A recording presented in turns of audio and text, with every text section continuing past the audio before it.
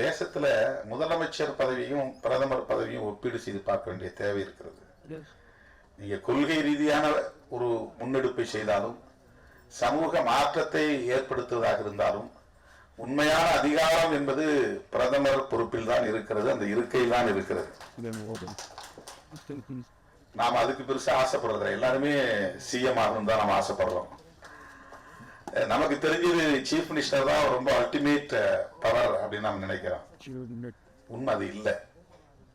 இது ஒரு தாசில்தார் ஆபீஸ் மாதிரி தான். இது ஒரு கலெக்டருக்கு கீழே இருக்கிற ஒரு பெரிய அளவில் இதை நீங்க கொள்கை முடிவுலாம் எடுக்க முடியாது.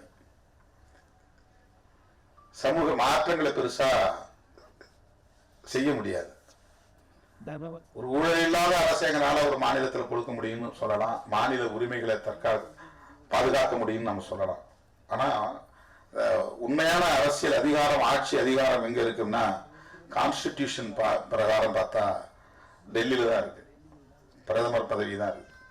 இப்ப தமிழர்கள்ட்ட யாருகிட்டுமே பிரதமர் ஆகணுங்கிற எண்ணமே வரமாட்டேங்குது.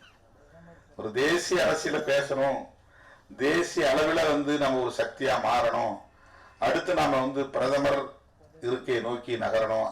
ஒரு பிரதமர் ஆயிட்டா ஈழத்தமிழர் பிரச்சனைக்கு நம்ம தீர்வு காண முடியும். மாநில முதலமைச்சரான ஆக முடியாது, செய்ய முடியாது. இன்னும் அந்த அடிப்படையை நம்மளால புரிஞ்சுக்க முடியாம இருக்குது. முதலமைச்சர் ஆயிட்டா போதும் ஈழத்தமிழர் பிரச்சனையை தீர்த்துடலாம் அப்படின்னு நினைக்கிறாங்க. முடியவே முடியாது. ஏன்னா தமிழ்நாடு முதலமைச்சர் மொத்தம் 30 பேர்ல ஒரு ஆள், அவ்வளவுதான்.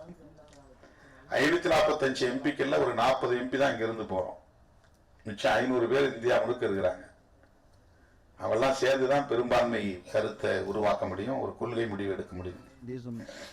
நான் அதை குறைச்சி மதிப்பில்ல, ஒரு ஒப்பீடு நமக்கு தேவை. எப்படி எது அதிகாரம் பெற்ற பதவி அப்படிங்கறத நம்ம பார்க்க வேண்டியிருக்கிறது.